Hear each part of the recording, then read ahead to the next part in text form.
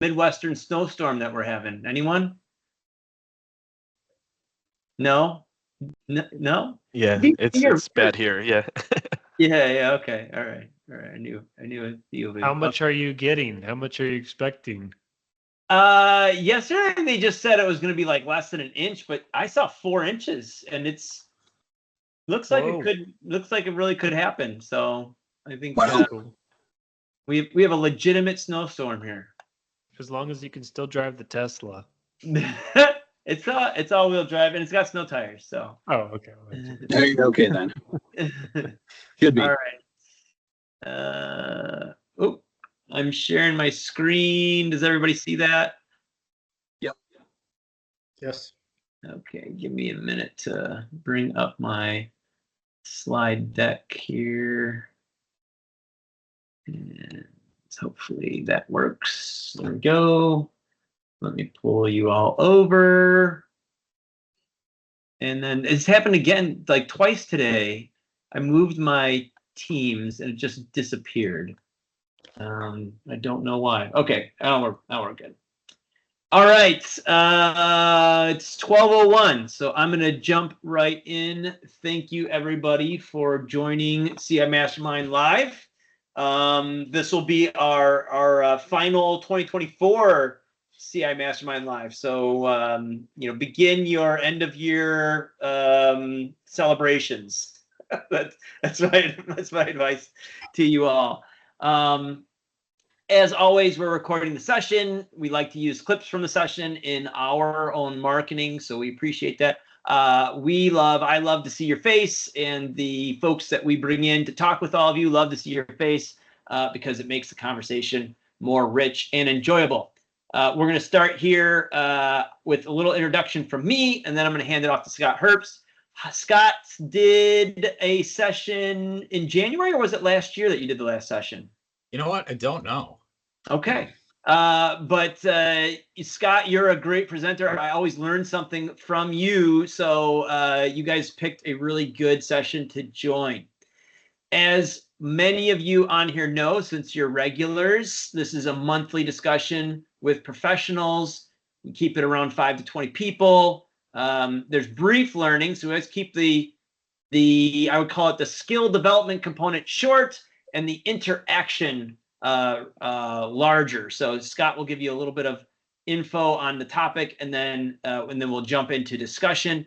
And we're trying to find some opportunities for you to solve real problems that you're facing in your companies. I always ask everyone to respect each other.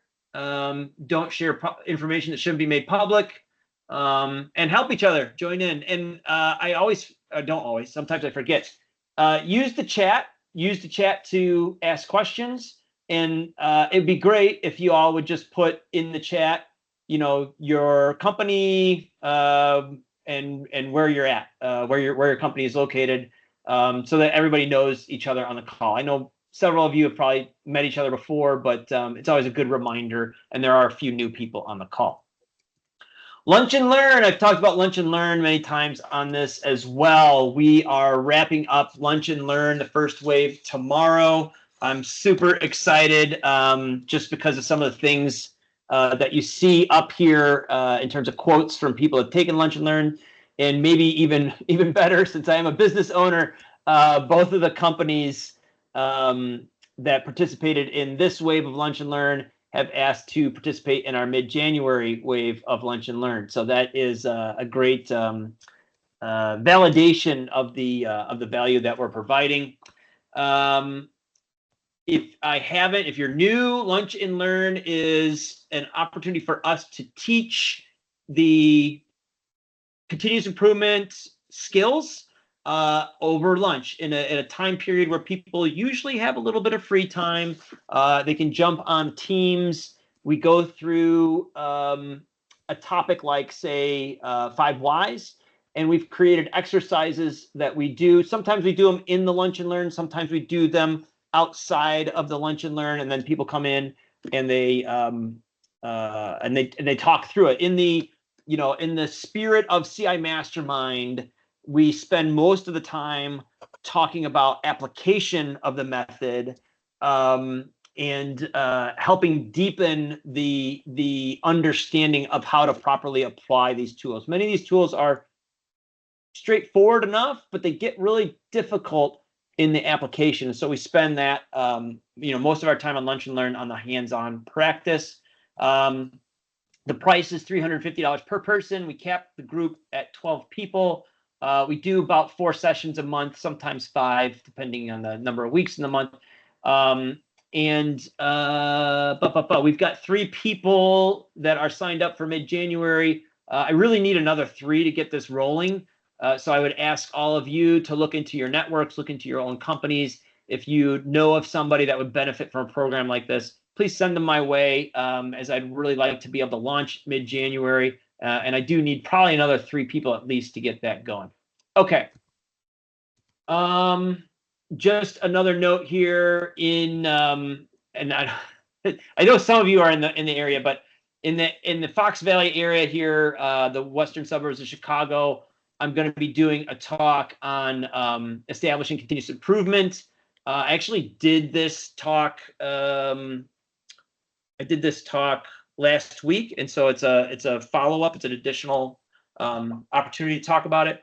And I'll be doing it again for the Fox Valley ASQ section December 3rd. So if you're around, please come out. If you need the registration link, shoot me an email and I'll send that to you. Finally, the next session will be January. I'm going to be the speaker. I'm going to talk about 3 keys to creating accountability, and I'm going to tie it to leader standard work. We've had a lot of good outcomes from leader standard work applications this past year. And I believe it's because of the way leader standard work can drive accountability. But I want to put those 2 pieces together so you all know, if you're going to deploy leader standard work, what are the things to really emphasize, to really focus on, to get a successful deployment and get the accountability that really is the big value of leader standard work. Okay. So I'll talk about that next month, and then I'm going to stop and let Scott take over. Hopefully I went through that fast enough. So we can get to the meat of the discussion. Thank you. Go ahead, Scott. Thank you, Matt. And thanks everyone for being here. I love talking about this, so I'm excited to be here. And thanks for taking part of your midday, wherever you are in it, to be here. I didn't title this. Here's what we're going to talk about. I'm a behavioral psychologist, got a Ph.D. in psychology. I studied organizational systems as well as language, these 2 kind of weird, disparate things, in graduate school. And my passion is communication. So I think anything could be worked out in communication.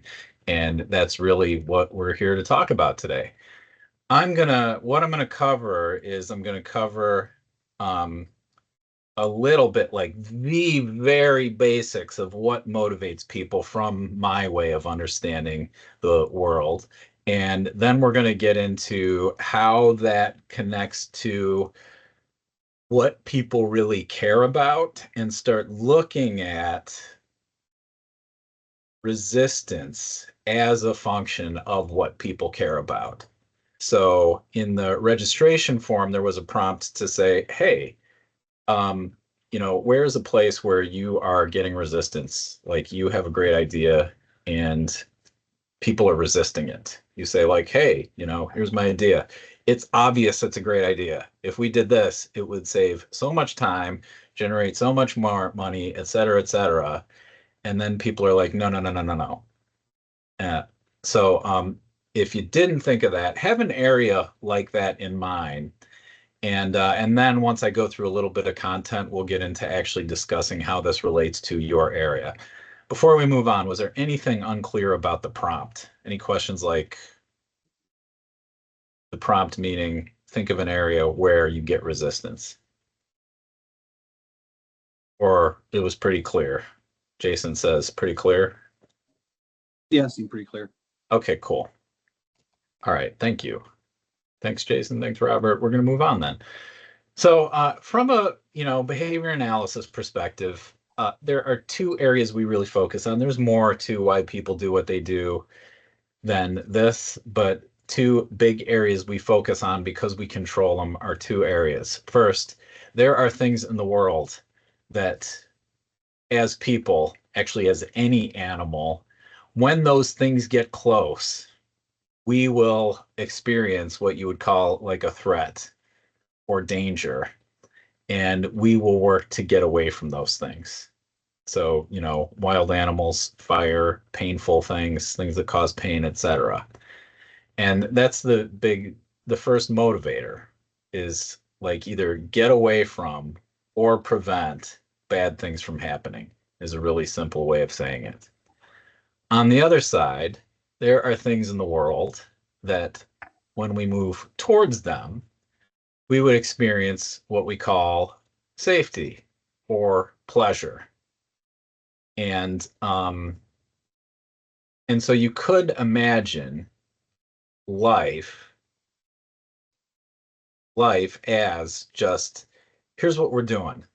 We are, as best we can, getting those things that we like while avoiding or getting rid of the things that we don't like. And our whole experience and, beginning to end is really about doing that. Is that pretty clear? Cool. By the way, this applies to any living being on the planet, or at least any what we would call animals, right? I don't know that plants necessarily follow these rules, but anything that is in the animal kingdom. Are insects in the animal kingdom? Yeah. We don't. Okay. Luckily, we don't deal with plants and insects much in operation. Yeah. So. Now, what makes people unique is that whereas, you can use this information to train a dog, people live kind of in a land of make-believe. So, and when I say a land of make-believe, I mean, we can imagine futures that haven't happened yet that no one has any experience with.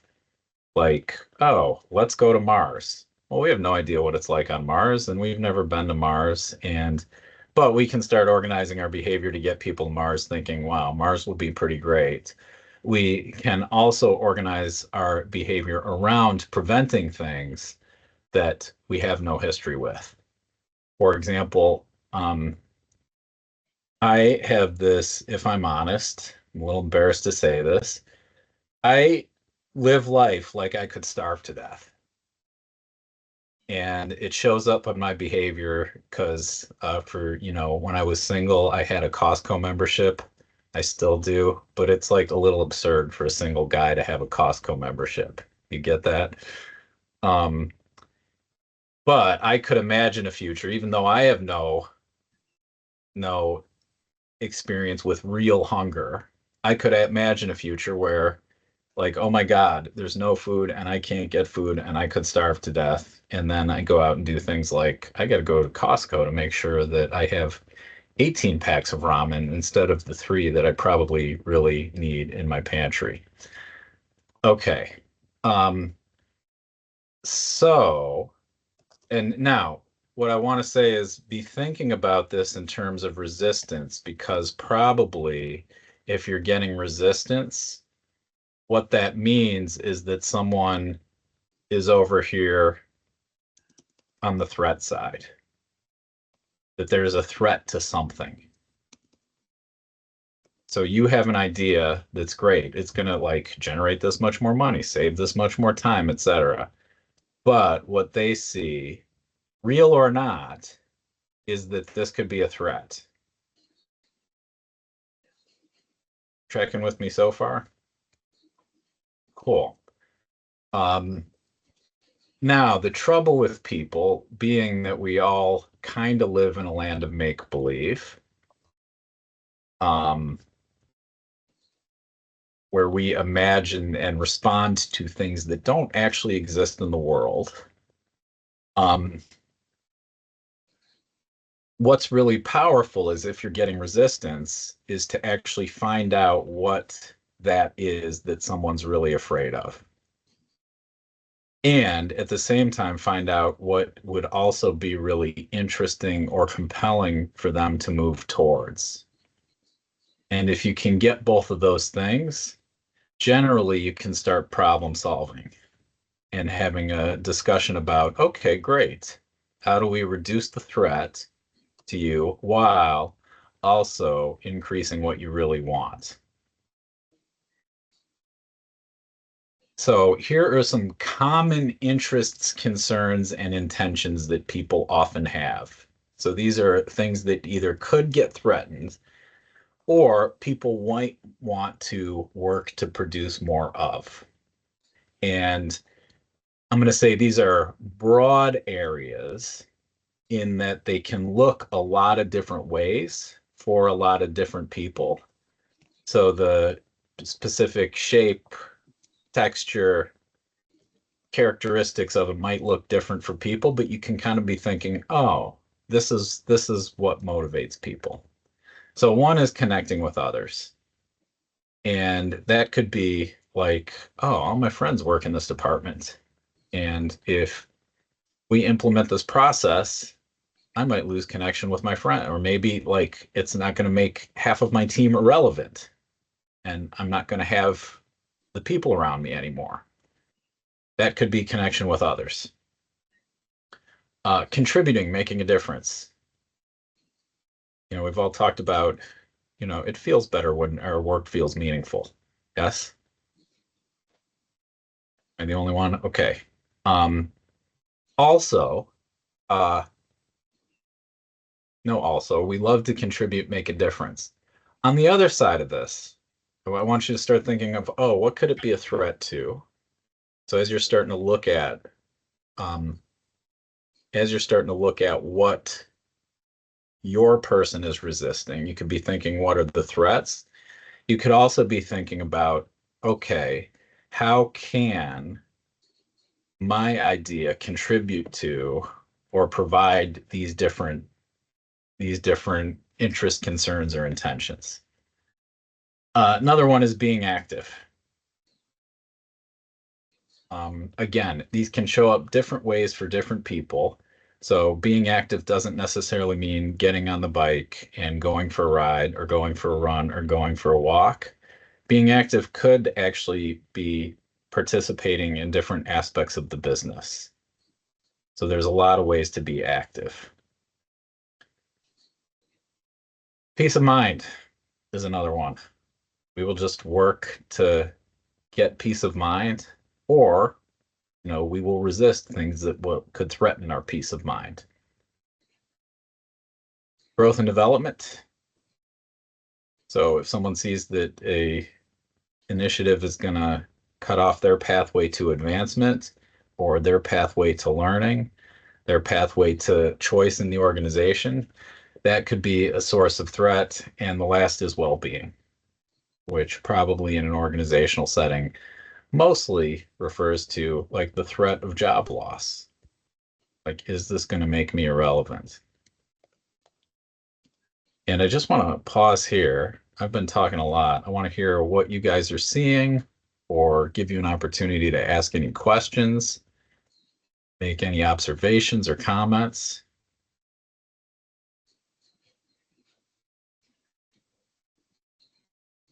Yeah, I would just say, I think from personal experience, probably most people's experience, avoidance of pain is a much stronger motivator than necessarily we're working towards a goal. So goal number one is you got to deal with the pain aspect. Because if you don't do that, forget about the goal or the aspirational aspect. And Jason, in the chat, if you guys didn't see, I really like your comment. The mind can only measure what it will lose. It can't see what it will gain. So much of what we do in continuous improvement is trying to convince people of what they could gain, but most of the fear, or I would say the lack of motivation, is due to what might be lost. Yeah, I think that's right. Really brilliant comments. I'm gonna the mind can only measure what it will lose. It can't see what it will gain. I'm gonna push a little on that and say that's partially right. And here's where it's partially right, is that it can absolutely see what it will gain, but to your point, Jason, you got to deal with what it will lose first.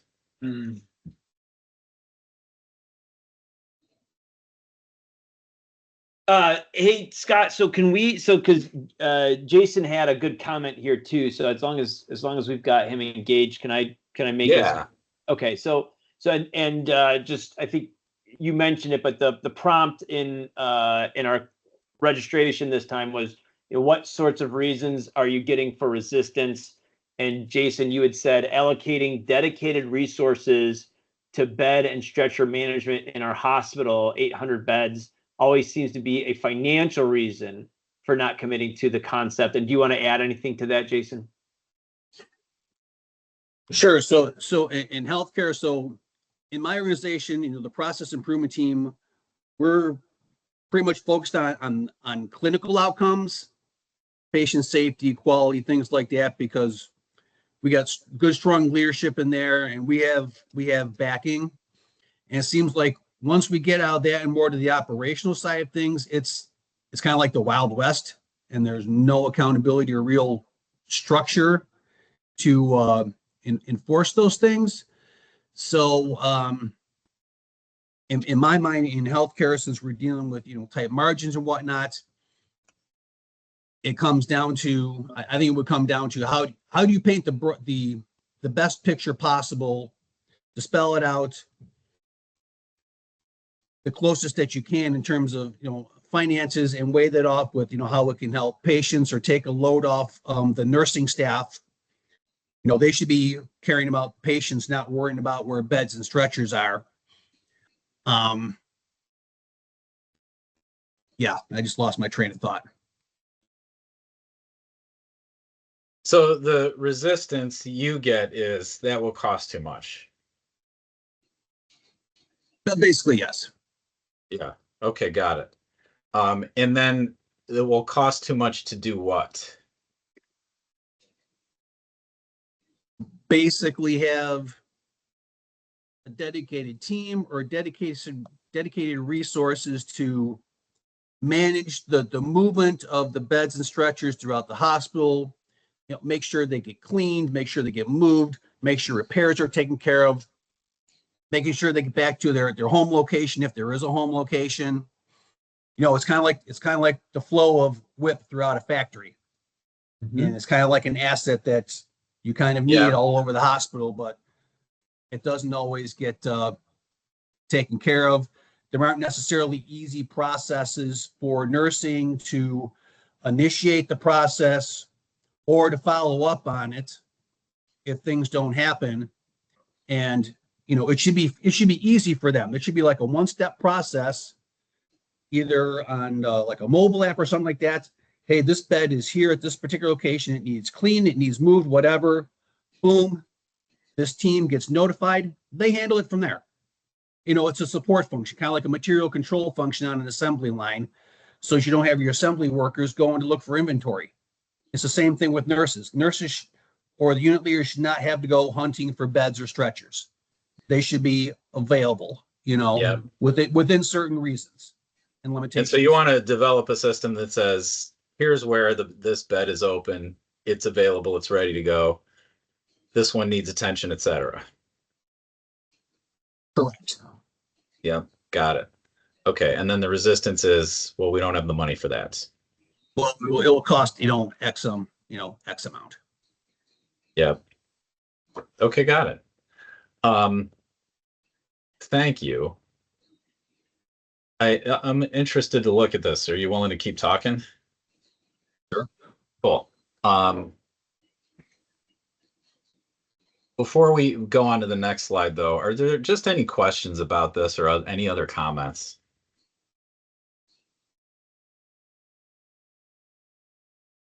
We're pretty good with this?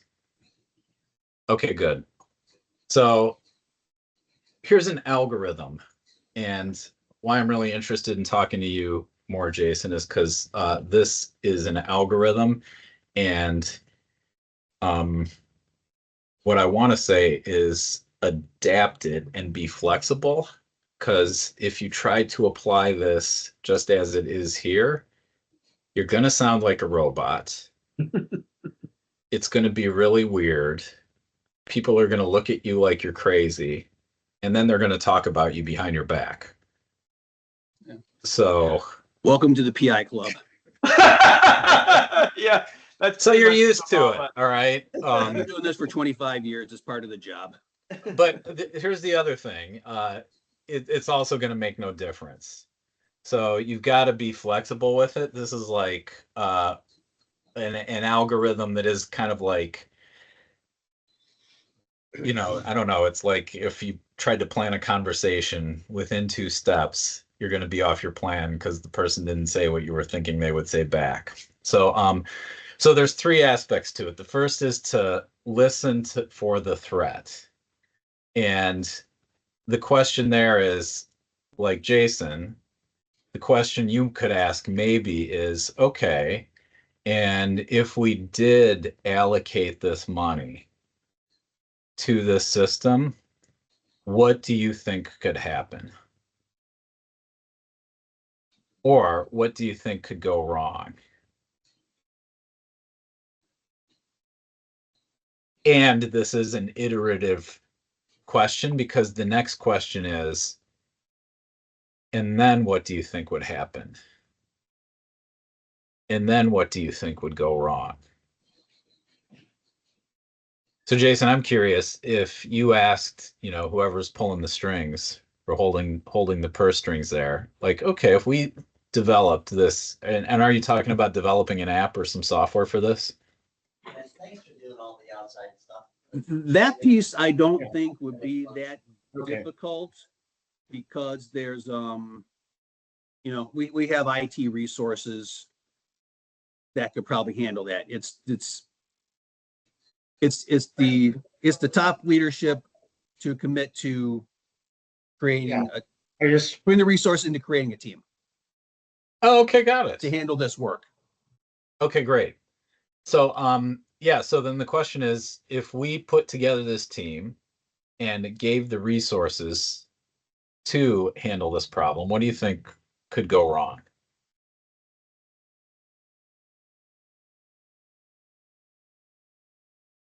And what do you think they would say?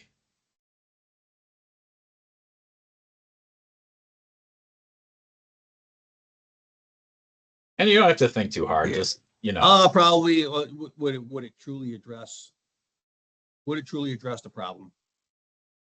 Okay, got it. And if it really, Would it address the problem where the beds need be where they need to be? How do we define, you know, an ROI, or how do we define breaking even on this expenditure that we're putting into this team in terms of salaries, benefits, you know, everything that comes into full-time employees? okay, great. And then if we couldn't, at the end of the day, show that this really provided ROI, what would happen then? Well, they either wouldn't move forward, or if it was already, you know, implemented and it wasn't showing ROI, Yeah. if there wasn't you know, let's say a market improvement within 3 to 6 months, it would be just, you know, canceled, disbanded. That's the end of it. Okay, great. That would be my Yep. And after thinking based six on experience. after 6 months, if it was like, you know, it didn't work, then what would happen? It would be axed. Okay. Yep. And anything else that it would just be X and it would be on to the next thing?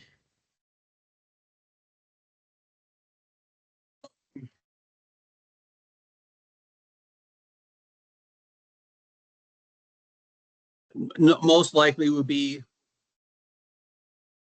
how do we make it easier for nursing to manage this, even though they already have more on their plate than they can possibly handle. Okay.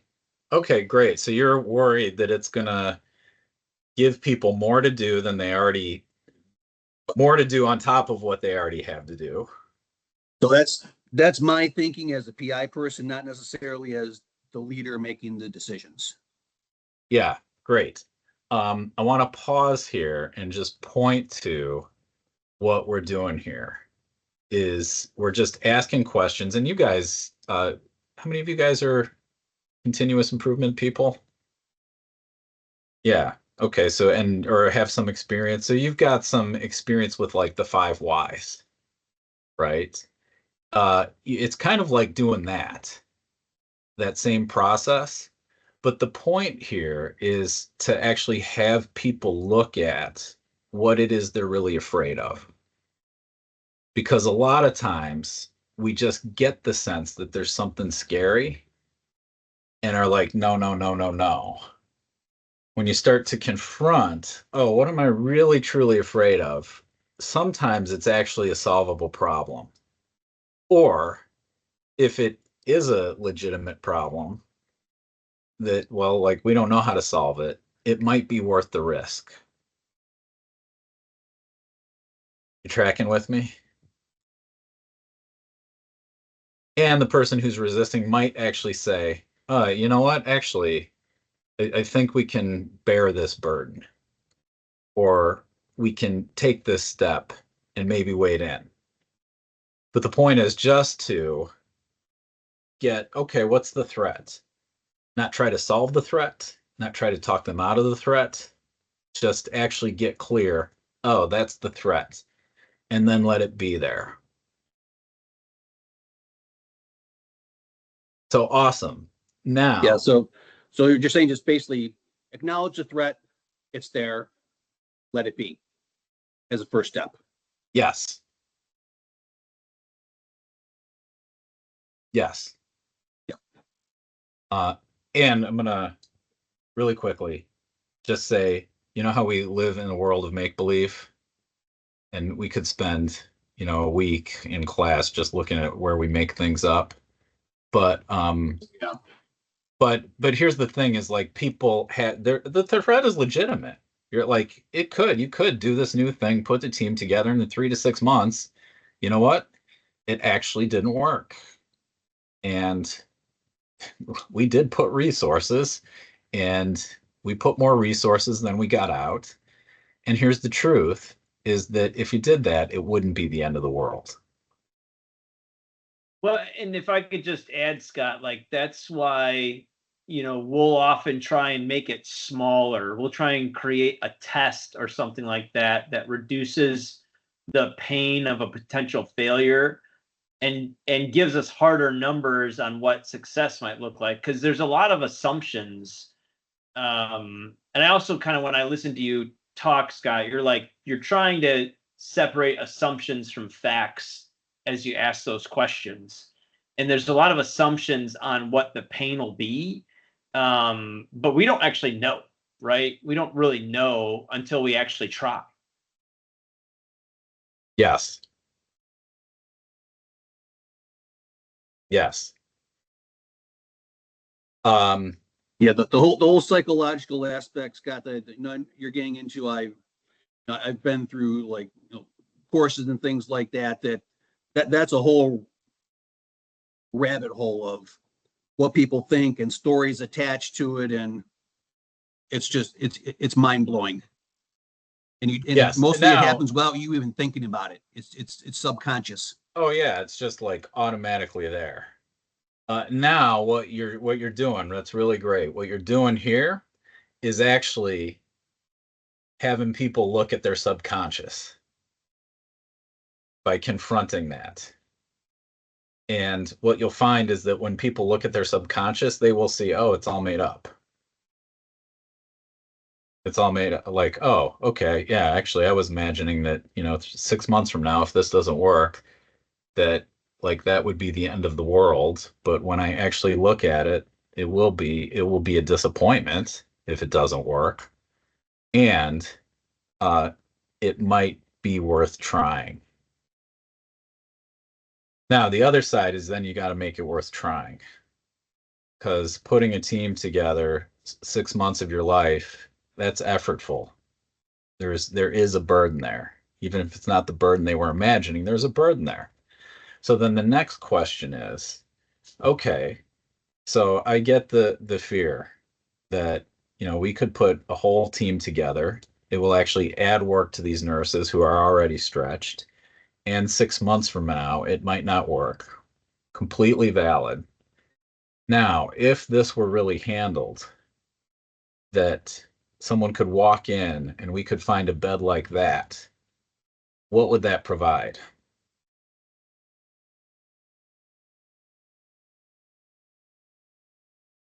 Well, it provides better patient care, provides better patient experience, helps with hospital throughput, it helps with length of stay, all, very important hospital operational metrics.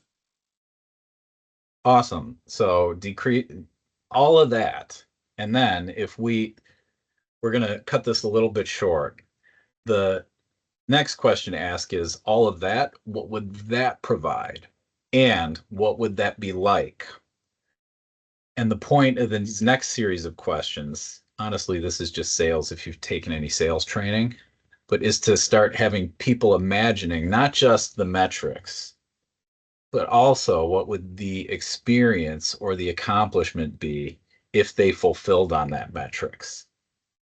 those metrics. So you've kind of looked at like, oh, what's the thing you're avoiding, the thing that makes you afraid, the shock. Now, we've acknowledged that. What is there that could possibly have you step forward and take the risk that would be worth it? And I'm curious, Jason, if that team of leaders looked at, a year from now and throughput was improved, client care was improved. What are some of the metrics of client care? They show up in things like Press Ganey patient experience scores. Okay, yeah, great. So awesome. So yeah, our patient experience scores are through the roof. People are getting quality care. Is there any way to measure that?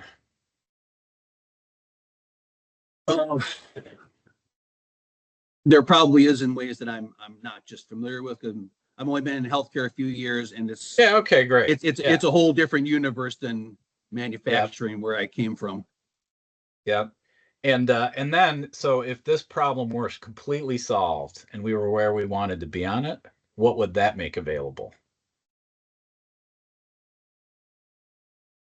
And then they'll say whatever they say, which could be, well, God, if we had this solved, that would actually, we'd be operating way under budget, or we'd be generating that much more revenue.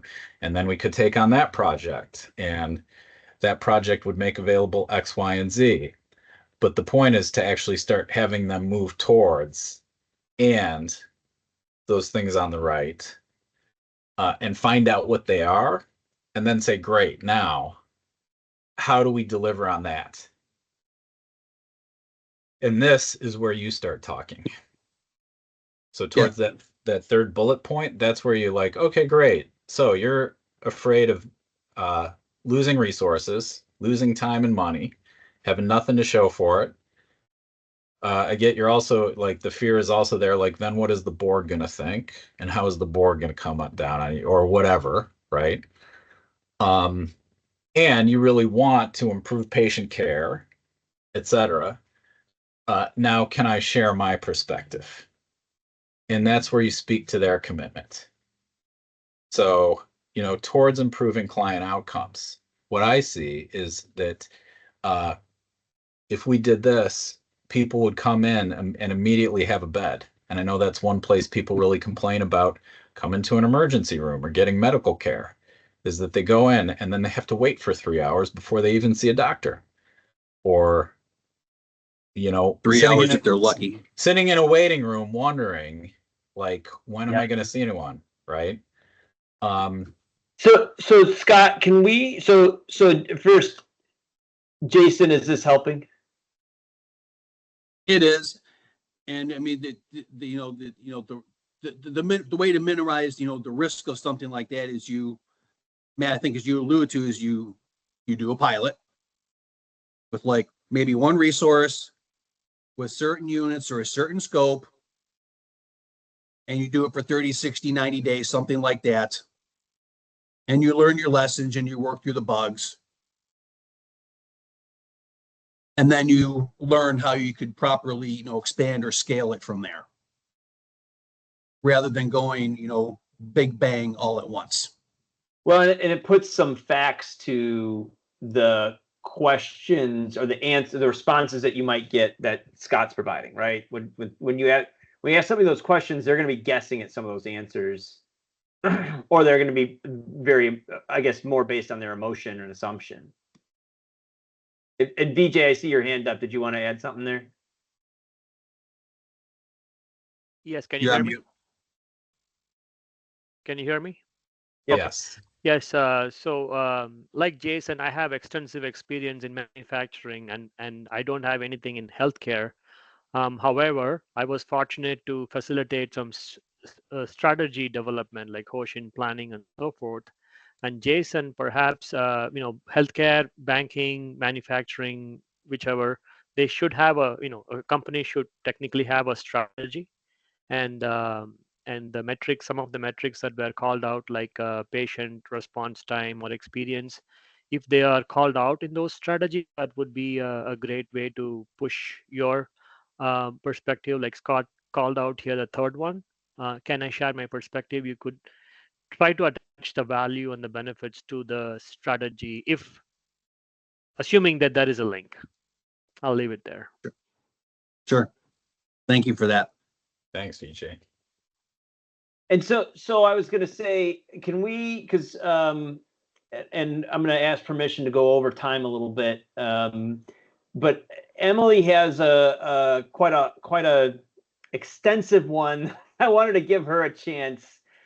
And Emily, I guess, is what you're hearing so far, can you apply it to if I need to remind you what you wrote, tell me, but it was kind of about the role of the CI organization and the PMO.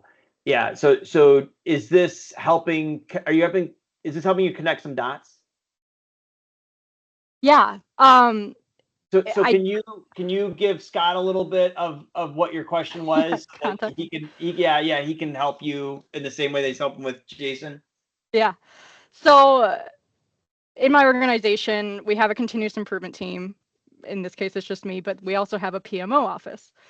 And so when I took my role about 3 years ago, over the first year and a half, couple of years, I felt like the organization saw me as essentially just another project manager handling implementation work and facilitating that work. And that's not really what I understood my job to be. We design process, we continuously improve, we teach folks how to do that. So my struggle was like, how can we, and my project managers were essentially trying to do the same, especially when they had process impacts with their implementation projects that hadn't been researched fully. They were expected to be able to identify those issues and then work through them with their teams. So my suggestion to my manager was, can I take off that project manager hat and have the project managers take off the continuous improvement hat, and we drive a wedge between those two bodies of work to make us better at each of those types of things. I will be a better process designer, a better researcher. They will be better facilitators for implementation, because we're not trying to do each other's jobs. And the resistance was, well, but that's just what the organization expects of us, so we're just going to have to tough it out. And I'm like, is it? Is it though?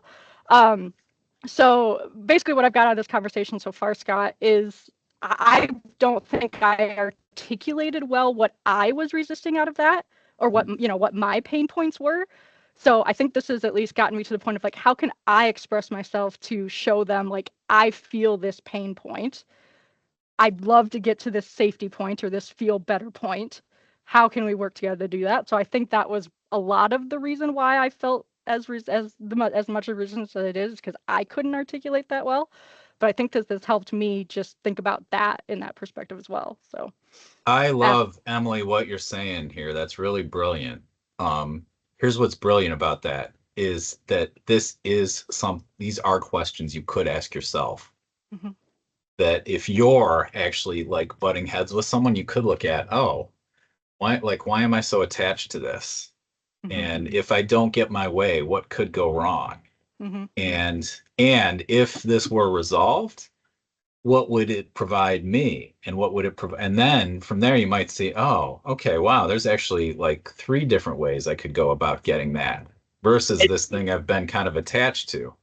And the reality is we bring our own baggage to these discussions. If we're going to be really good at continuous improvement, we first have to deal with our own stuff that we bring in before we can have that clarity conversation with the person across from us. I completely agree. Both Emily and Scott completely agree. Yeah. But everyone pay attention to that. That was gold. And then Emily, though, but after that, you could actually look at with them and say, okay, if we did drive this wedge, what do you see could go wrong? Like, what are you concerned could happen? And then have that conversation. Yep.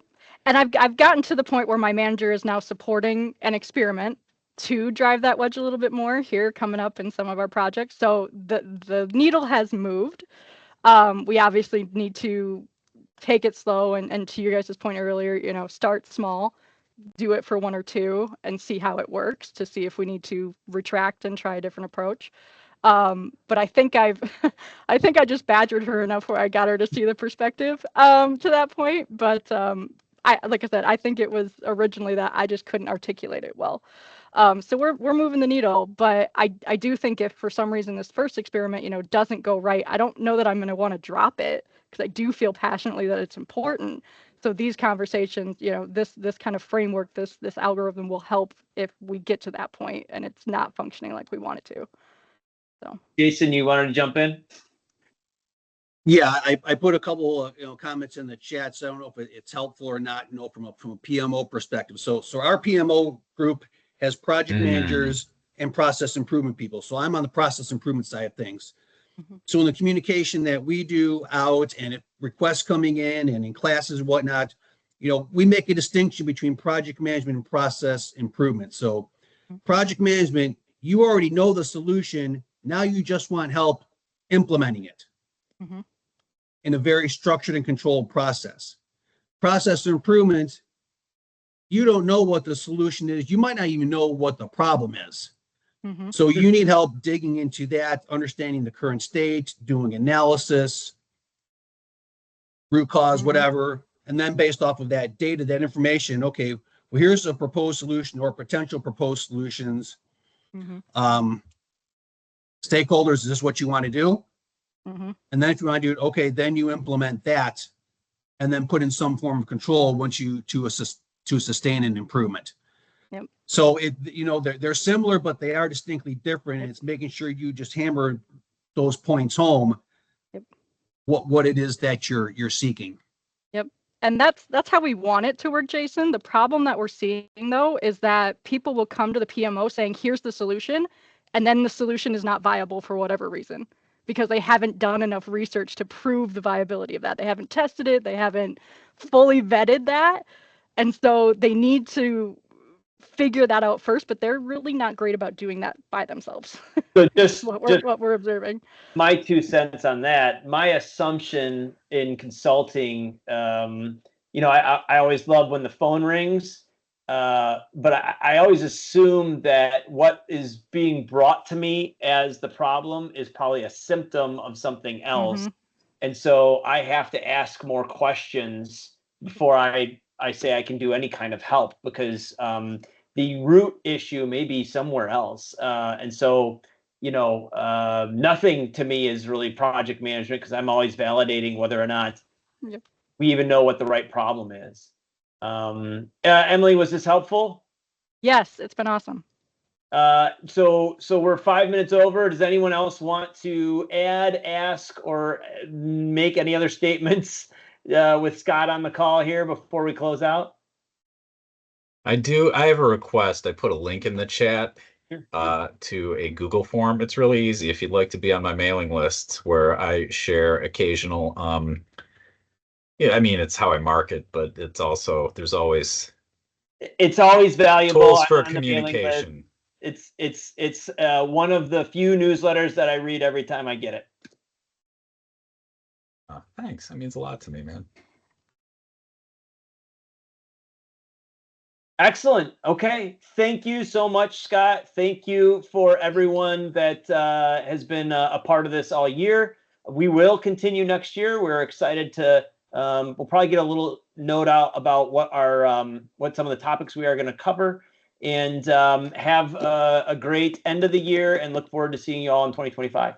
Yeah. And thanks, everyone. I really appreciated all the interaction, all the comments. I'm impressed with just who's in this room. So thank you.